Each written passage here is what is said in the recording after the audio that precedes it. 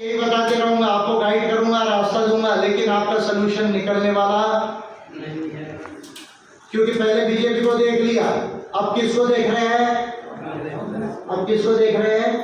कांग्रेस को।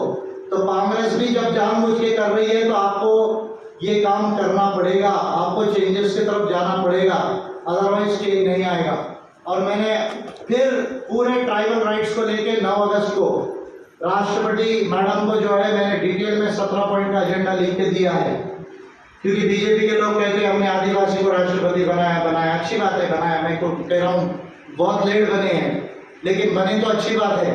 लेकिन आदिवासी राष्ट्रपति बन जाने से आदिवासी जल जमीन जंगल का मालिक नहीं बनेगा और इंडिया ग्रेट गोंडवाना नहीं बनता है, इंडिया ग्रेट गोंडवाना नहीं बनता है। तो इसलिए मैंने 17 पॉइंट का एजेंडा फिक्स किया है और मैं कह रहा हूँ प्राइम मिनिस्टर ऑफ इंडिया को और प्रेसिडेंट ऑफ इंडिया को कि मुझे 17 पॉइंट करके दिखाओ।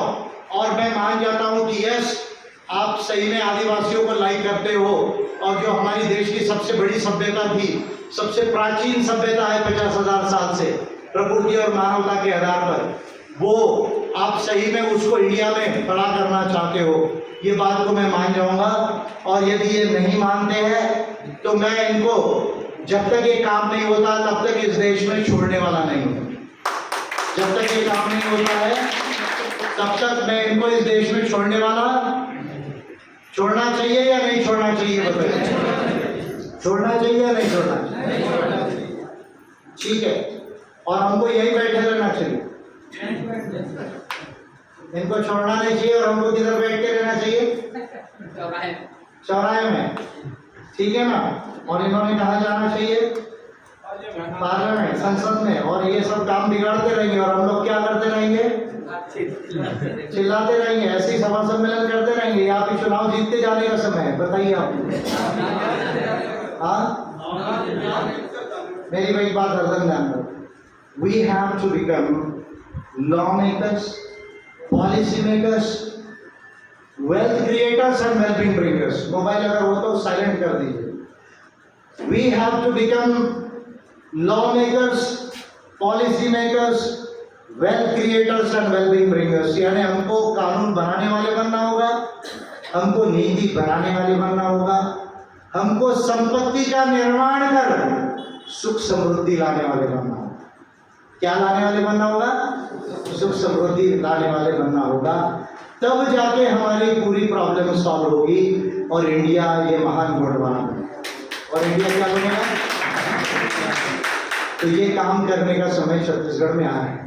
तो मैं आपके पार्टी के जो लोग हैं उनसे ये कहूँगा कि आप जो है इस काम में अपने लग जाए। एपीआई जैसी पार्टी आपको मिलेगी नहीं, आपको मेरे जैसा लीडर फिर मिलेगा नहीं। मिलेगा कि नहीं मिलेगा ये मैं नहीं जानता, लेकिन कम से कम जब तक मैं हूँ तो आज इंडिया के अंदर किसी के अंदर ये कैपेसिटी नहीं कि मेरे से ज़्यादा वो जान सके और बोल सके। लेकिन अब मेरे पास में आपको देने के लिए केवल 20 साल है। कितने साल है? जो करना है कितने सालों में करना है? 10 साल में। ये सही बोला, मेरे पास देने के लिए 20 साल है, करना है कितने सालों में? 10 साल में करना है। तो 24 में मैं पार्लियामेंट जाना चाह रहा हूँ। मैं कहाँ जाना चाह रहा हूँ? क्योंकि पार्लियामेंट गए बगैर ये काम होगा नहीं, क्योंकि ये सारा इंडिया में किसी को समझेगा नहीं और किसी को एक दो आदमी को समझता भी होगा थोड़ा बहुत, तो वो करना चाहते नहीं है। तो इसलिए मुझे तो पार्लियामेंट जाना ही पड़ेगा 24 में। वो पार्लियामेंट में मैं कहाँ से जाऊँगा, कैसे जाऊँगा, ये समय बताएगा। लेकिन छत्तीसगढ़ के लोगों को भी इस पर गंभीरता से सोचना चाहिए कि भाई सर को पार्लियामेंट भेजना है तो हमको भी हमारी क्या जिम्मेदारी, आप लोग भी सोचेंगे, वो मैं आप पर छोड़ता हूँ। लेकिन पार्लियामेंट तो मुझे जाना पड़ेगा 24 में, और वो जाने के लिए मेरी तैयारी चल रही है, उसके लिए मैं प्रतिबद्धित हूँ। लेकिन मैं चाहता हूँ कि उसके पहले, मेरे पार्लियामेंट में जाने के पहले 2023 में छत्तीसगढ़ से एपीआई की एमएलए जीतकर रायपुर जानी चाहिए। छत्तीसगढ़ में एमएलए विधायक जीतकर उसके पहले कहाँ जाना चाहिए? यानी मेरे पार्लियामेंट में पहुंचने के पहले छत्तीसगढ़ से एमएलए पहुंचने चाहिए। क्यों छत्तीसगढ़ से? क्योंकि पार्टी का काम सबसे पहले से और सबसे ज्यादा कहाँ चला है? छत्तीसगढ़ में। मैंने सबसे ज्यादा समय कहाँ दिया है? छत्तीसगढ़ को दिया है। तो अब छत्तीसगढ़ को कुछ कर दिखाने का समय आ गया। छत्तीसगढ़ को कुछ कर दिखाने का समय आ गया है।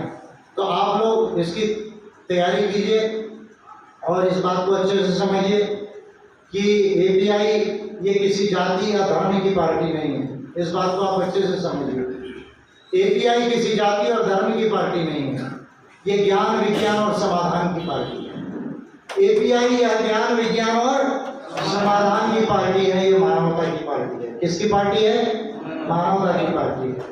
तो बगैर किसी जाति और धर्म को देखे, बगैर किसी से भेदभाव किए, हमको सबके लिए काम करना है। इस देश में हर परिवार के लिए, हर व्यक्ति के लिए, अपने देश के लिए, हर एक के लिए काम करना है।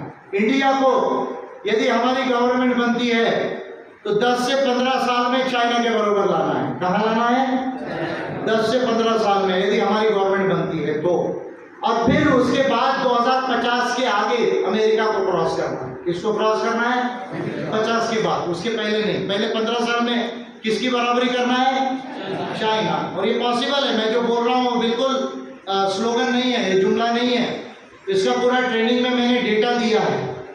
कैसे होगा, क्या क्या चेंजेस लाना पड़ेगा, क्या नीति कहाँ लागू करना पड़ेगा, ये सारा ट्रेनिंग में मैंने बताया कि साइंस एंड टेक्नोलॉजी में कैसे आगे जाना पड़ेगा, एजुकेशन की पॉलिसी को कैसे बनाना पड़ेगा, इकोनॉमी को हमको चाइना के बराबर लाना है, 4.5 गुना आगे जाना है हमको, वो कैसे हम ला सकते हैं, फाइनेंस में कैसे आगे जा सकते हैं, हमारे रिजर्वेशन की जो इश्यूज है उसको कैसे अमेंडमेंट करके करना पड़ेगा संविधान में, सारी बातें बताया मैंने।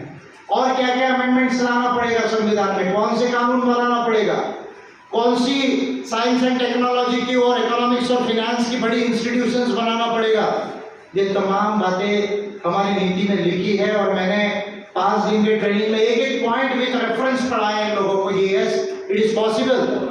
हम 15 सालों में चाइना के बराबर आ सकते हैं। अगर मेरी सरकार बनी तो मैं आज भी आपको कहता हूँ कि 15 साल में हम चाइना के बराबर आ सकते हैं, विद इन 15 ईयर्स। और उसके बाद 2050 के बाद यूएस को हम क्रॉस कर सकते हैं, उसको थोड़ा समय लगेगा। तो आप लोगों को इस बात को अच्छे से समझने की जरूरत है।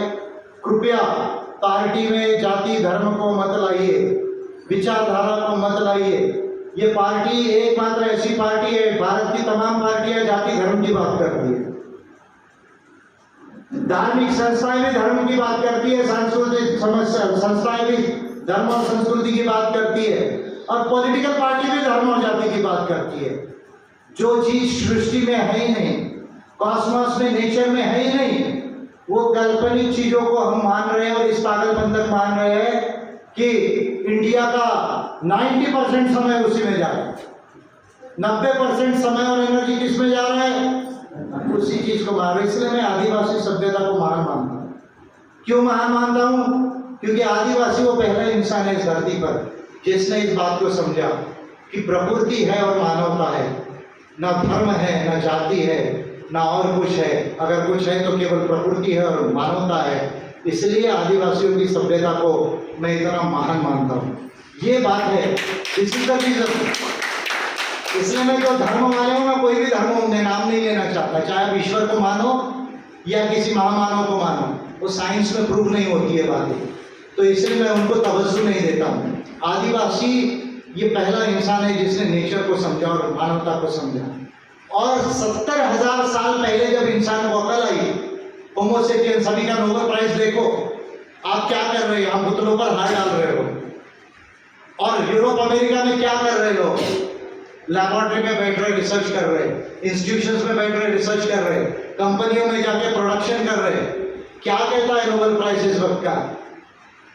इस वक्त का एक फैकल्टी का नोबेल प्राइज ही करता है, प्रूव कर दिया कि इंसान 50,000 साल के पहले जेनेटिक्स, होमो सेपियंस, निएंडरथाल्स एंड डेनिसोवांस का इसमें इंटरब्रीडिंग हुआ, जेनेटिक कंटिन्यूटी है और इंसान प्रगत हुआ। जेनेटिकली प्रूफ किया है कि यस, इंसान को अकल आई, हमारी बॉडी डेवलप हुई, इवॉल्व हुई, इसका जेनेटिक कंटिन्यूटी है। ये इस बार का नोबेल प्राइज है। फिजिक्स का नोबेल प्राइज क्या कह रहा है इसको देखो। इस बार का क्वांटम एंटांगलमेंट की थ्योरी थी, 2 पार्टिकल है, प्रोटॉन्स है, इलेक्ट्रॉन्स है, क्वार्क्स है, बोसॉन्स है, करोड़ों मील दूर होंगे, करोड़ों किलोमीटर दूर होंगे, लेकिन वो एक दूसरे के जैसे बिहेव करते। अगर ये बिहेवियर कर रहा है तो वो भी दूसरा बिहेवियर वैसे करता है। क्यों करता है? क्योंकि वो एनर्जी से जुड़े हुए हैं, एंटैंगल्ड है क्वांटम फिनोमेना में। ये थियरी थी, इसको प्रूव किया साइंटिस्ट ने इस बार। बहुत मेजर रिसर्च है इस बार के दोनों, ये इंसान के इवोल्यूशन का और एक क्वांटम फिजिक्स का जो है वो। और हम क्या कर रहे हैं? मूर्तियों पर हार डाल रहे हैं और खुद पागल बन रहे हैं, दूसरों को भी पागल बना रहे हैं कि आप भी हार डालो। कर रहे या नहीं कर रहे? हाँ, ये नहीं बोल रहे कि बुक पढ़ो, रिसर्च करो, प्रोडक्शन करो, कह रहे हैं कि हार डालो, पूजा करो, ये जाति क्यों, वो जाति क्यों, ये धर्म क्यों, वो धर्म क्यों। अरे जो बात प्रूव ही नहीं होती, किसी ने भी बोली हो, कोई भी हो, बात से बात आप मानते हो, वो साइंस में प्रूव ही नहीं होती है, उस बात को हम मान रहे हो, पागलपन कर रहे हैं। इससे इंडिया आगे नहीं जाएगा बॉस। इंडिया ऑलरेडी पीछे हो गया है। चाइना और हम दोनों एक ही समय में आजाद हुए। 49 में उन्होंने नया चाइना बनाया, हम भी संवैधानिक इंडिया बना। चाइना और हमारी आबादी ऑलमोस्ट ऑल सेम है, 10 करोड़, 12 करोड़, 15 करोड़ का फर्क था, अभी वो भी खत्म हो रहा है। दोनों एक ही समय में आजाद हुए। चाइना हमसे 4.5 गुना आगे निकल गया इकोनॉमी में, लार्जेस्ट एक्सपोर्टर हो गया। साइंस एंड टेक्नोलॉजी में अमेरिका को कॉम्पीट कर रहा है, सेकंड पे आ गया। इंडिया हम पीछे क्यों रह गए? इस बात को गंभीरता से सोचिए जो मैं बात बोल रहा हूं आपको। क्यों? क्योंकि हमारा थिंकिंग साइंटिफिक नहीं है। क्या साइंटिफिक नहीं है? थिंकिंग साइंटिफिक नहीं है। इंडिया के लोगों का जो ब्रेन है वो रिलीजन और कल्चर ने स्पॉइल कर दिया, जबकि ये कॉस्मोस ने, नेचर ने आपको ब्रेन दिया, नर्वस सिस्टम दिया है, सबको समान दिया है। विजय मानकर को जितना ब्रेन है उतना ही आपको भी है, किसी को कम नहीं और किसी को ज्यादा नहीं है। ये नेचर ने दिया है आपको। फर्क इतना है, विजय मानकर यूज कर रहा है, आप लोग यूज नहीं कर रहे हो, बस इतना फर्क है और कोई फर्क नहीं है। I am using that systematically, you are not using it. आपको भी दिया है, हर एक को दिया है। इस धरती पर जो लगभग 800 करोड़ इंसान है, सबको ब्रेन दिया है नेचर ने, और सबको एक जैसा नर्वस सिस्टम दिया है। कृपया मेरी बात को समझिए। आपको ऐसा लीडर नहीं मिलेगा, ऐसी पार्टी नहीं मिलेगी। मेरे लिए आसान है, अगर मैं आज एक जाति और धर्म का नारा लगाऊं तो 2-4-5 एमएलए सीट, 1-2 एमपी सीट जीतना बहुत आसान है इंडिया में। हर लीडर यही करता है ना, जाति और धर्म को भड़काता है और वो इलेक्शन जीत जाता है। बहुत आसान है ये करना, मेरे लिए आसान था, लेकिन मैंने नहीं किया। इसलिए नहीं किया क्योंकि मुझे ये मालूम था कि मैं तो एमएलए जिता दूंगा, एमपी बन जाऊंगा, लेकिन ये देश के लोगों का नुकसान हो जाएगा। किसका नुकसान हो जाएगा? देश के लोगों का नुकसान होगा, देश हमारा पीछे रह जाएगा। इसलिए विजय मानकर ने दुनिया भर की पढ़ाई की, 30 साल हो गए, वर्ल्ड लेवल का पढ़ाई की। आज भी मेरी लाइब्रेरी में जो बुक्स है वो इंडिया में मिलेगी नहीं आपको। पहले 3 लाइब्रेरी में बेस्ट लाइब्रेरी है। 30 साल से पढ़ रहा हूँ अपने IAS की एग्जाम के अलावा, जो UPSC का एग्जाम जिसको आप कहते हैं, यूनियन पब्लिक सर्विस कमीशन के एग्जाम्स के अलावा, मेरी MSc टेक की पढ़ाई के अलावा 30 years of independent research on various subjects of the world and India, उसके बाद ये सोल्यूशन ढूंढ के निकाला है। और इसलिए मैं आपको कह रहा हूँ कि आप अगर ये कर लो तो प्रॉब्लम सॉल्व होगा, अगर नहीं करोगे तो कॉन्स्टिट्यूशन कमजोर है, कॉन्स्टिट्यूशन में बाधाएं हैं। हमारे पहले के जो लीडर्स थे आज़ादी के समय के, कुछ अच्छे होंगे, मैं नहीं कहता हूँ कि उन्होंने अच्छा काम नहीं किया, लेकिन 50 गलतियां भी किया, ये मैं बताता हूँ आप लोगों को। अगर नेहरू जी मार्केट इकोनॉमी को एक्सेप्ट कर लेते तो आज इंडिया चाइना के बराबर होता, अगर मार्केट की अर्थव्यवस्था को एक्सेप्ट करते, पर नहीं किया। हमारे कॉन्स्टिट्यूशन में वीकनेस है, प्रॉब्लम है, और बीजेपी जैसी पार्टियां जानबूझ के ये काम को और डिफिकल्ट करना चाहती है। इस बात को समझिए। कांग्रेस जैसी पार्टियां इसको डिफिकल्ट करना चाहती है, आपको मजबूर करना चाहती है, और मैं आपको रास्ता दिखाना चाहता हूँ, मैं आपको समाधान देना चाहता हूँ। आपको समस्या चाहिए या समाधान चाहिए? समस्या चाहिए या समाधान चाहिए? समस्या चाहिए या समाधान चाहिए? तो ब्रेन यूज करना पड़ेगा। क्या करना पड़ेगा? और बॉडी भी यूज करना पड़ेगा, और वॉइस भी यूज करना पड़ेगा। ब्रेन भी यूज करना पड़ेगा, बॉडी भी यूज करना पड़ेगा, और डेमोक्रेसी में वॉइस को भी इम्पोर्टेंस है और वोट को भी इम्पोर्टेंस है। ये काम आपको करना पड़ेगा। उसके लिए आप पार्टी ऑर्गेनाइजेशन को डिटेल में बनाओ। अभी छत्तीसगढ़ में अर्जुन सिंह ठाकुर जी तो है ही, आपके हमारे रुद्र गुरु जी है, ये दोनों आपके आगे ही हैं। इसके साथ में आपके वेरियस लोगों को जिम्मेदारी है। मैंने अभी 2 साथियों को, क्या नाम मैंने बताया, दर्रो और क्या नाम है, और कुंजाम। तो कहाँ है कुंजाम, कौन है कुंजाम? कुंजाम है क्या? हाँ, कुंजाम और दर्रो। तो ये 2 लोगों को जो है अभी सेक्रेटरी बनाया राज्य के अंदर में। खड़े हो जाओ आप लोग, खड़े हो जाओ।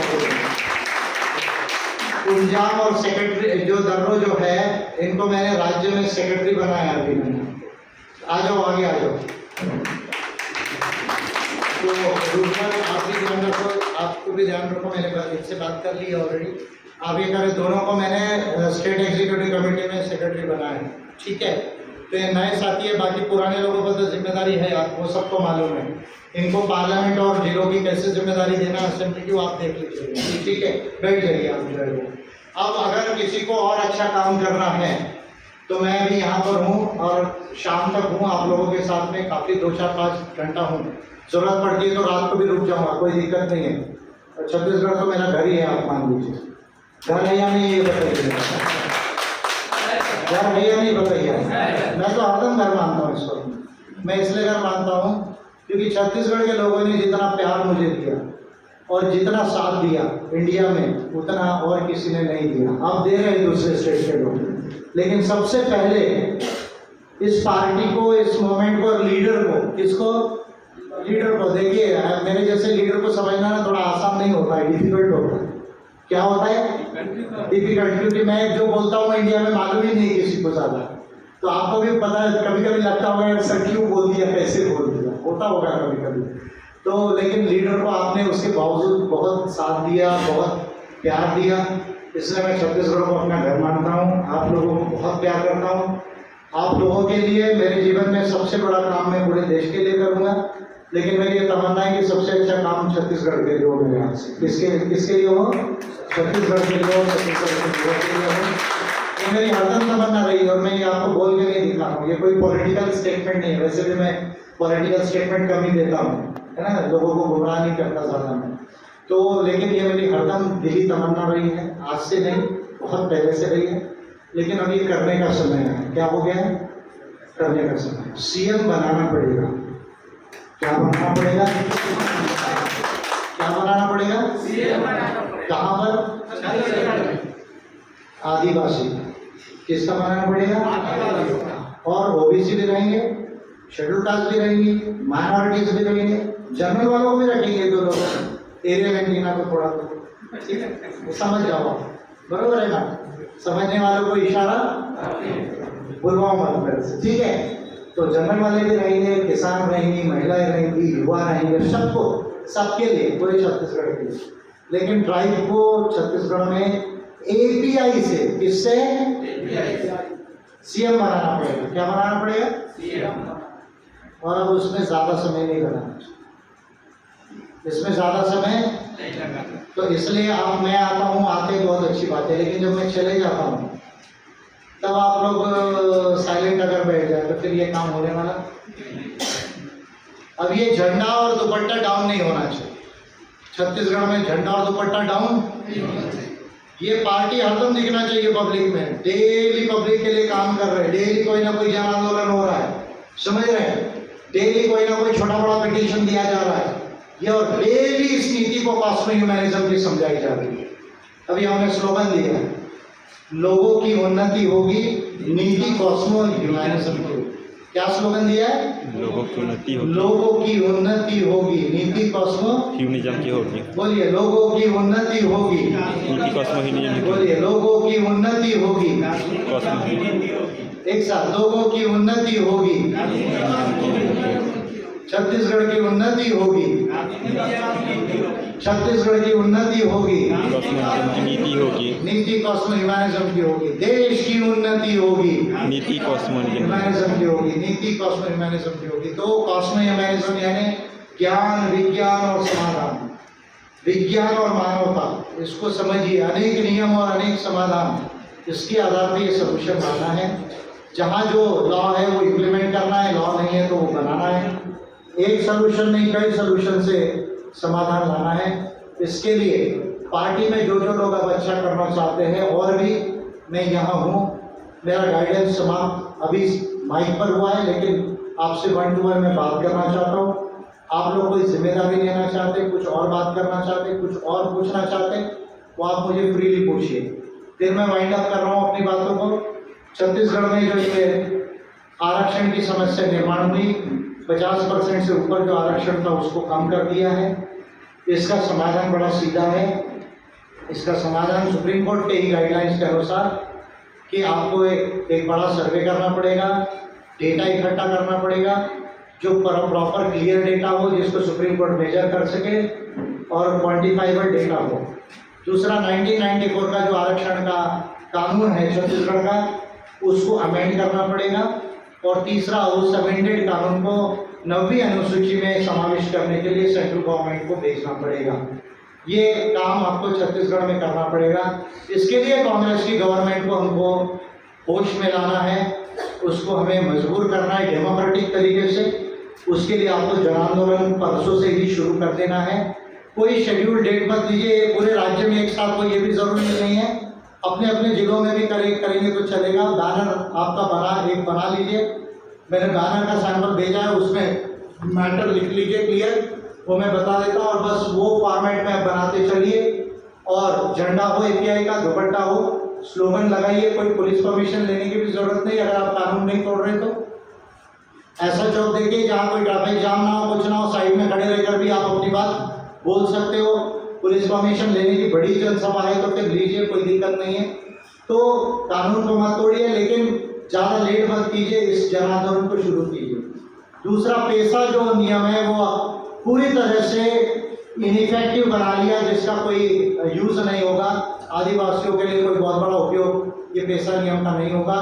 इसको भी हमें अमेंड कराना पड़ेगा। उसके लिए हमने ऑलरेडी कहा है कि हम रायपुर में एक बड़ा जन आंदोलन करेंगे। क्या करेंगे? बड़ा जन आंदोलन। तो मैंने ये दोनों पर जिम्मेदारी डाली है। शायद नवंबर या दिसंबर में ये लोग डेट निकालेंगे। नवंबर दिसंबर में बात हुई है कि बड़ा जन आंदोलन पूरे स्टेट से एपीआई के लोग, लेकिन इतने नहीं, हजारों की मात्रा में लोग, एक दिन का बड़ा जन आंदोलन हम रायपुर में करेंगे। परमिशन लेकर करेंगे, लीगली, कहीं तोड़फोड़ नहीं, कोई कानून नहीं तोड़ेंगे, बरोबर उसको लेकर करेंगे। उसमें हजारों लोगों को आपको पार्टिसिपेट होना है। वो पैसा नियम पर हम ऑलरेडी जन आंदोलन करेंगे।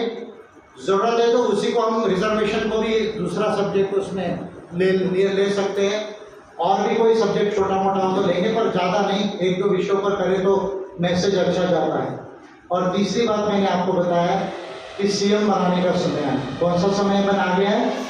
सीएम बनाने का समय है, एपीआई का सीएम बनाने का समय है।